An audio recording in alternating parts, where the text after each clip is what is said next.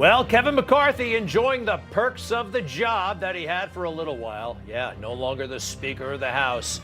Look, you know how I feel. It had to happen. Matt Gaetz was the man on the floor of the Congress there. He looked like Mr. Smith goes to Washington. It was a big, bold, gutsy move.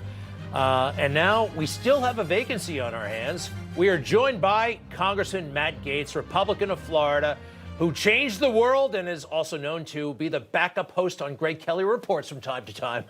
Congressman Gaetz, welcome back. How are you? How's life? Right now, I'm very excited about Speaker-designate Jim Jordan.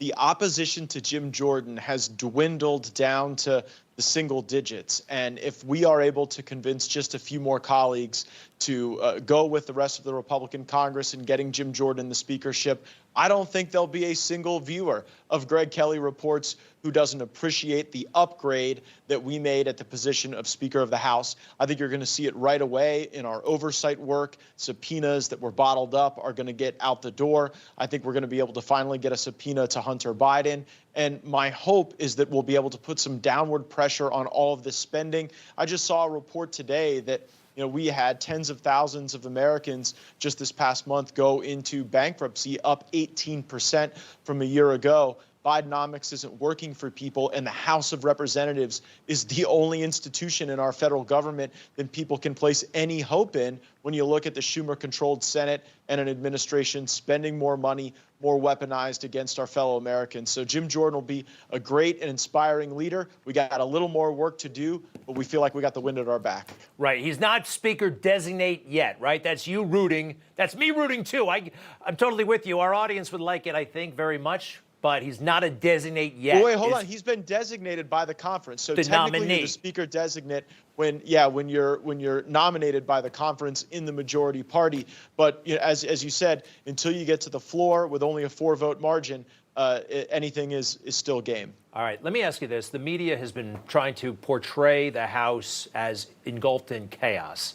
I have my thoughts on that, but let me play SOT 3 if you don't mind. Stand by.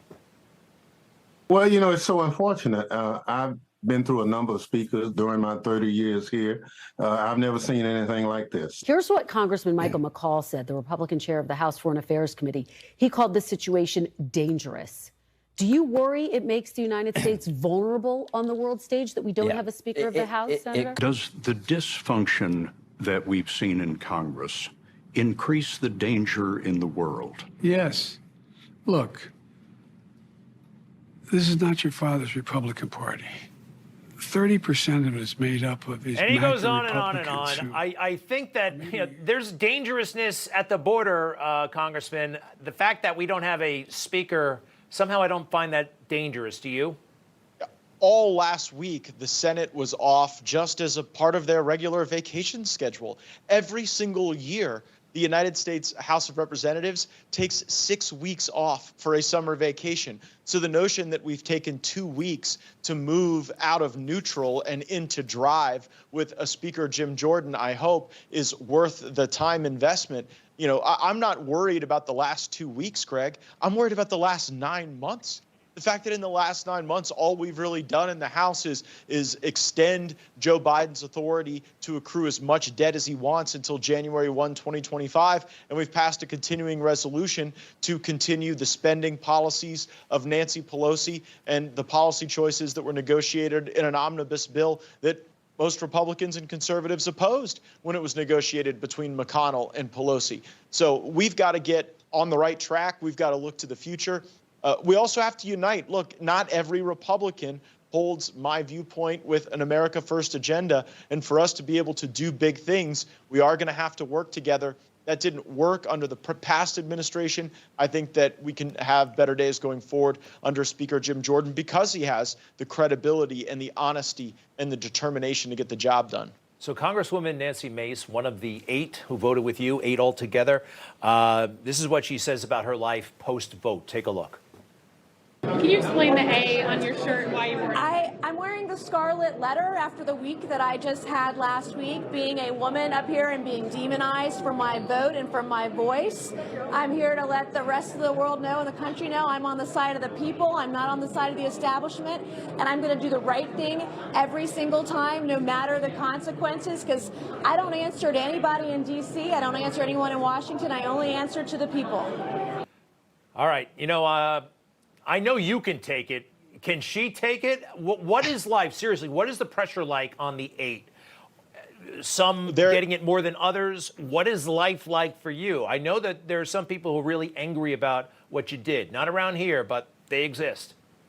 No, undeniably, the House Republican Conference is the only room in America outside maybe some lobbyist conference rooms where the removal of Kevin McCarthy wasn't popular. It was popular with most Americans. It was popular with most conservatives. Nancy Mace certainly has a unique flair, but she has been a very consistent conservative when it comes to spending. She is a deficit hawk, and she saw that we weren't getting the votes on balanced budget amendments that Kevin McCarthy had promised us. We didn't even have a budget. We couldn't blame Biden and the Democrats for that. The House of Representatives still needs to advance a balanced budget.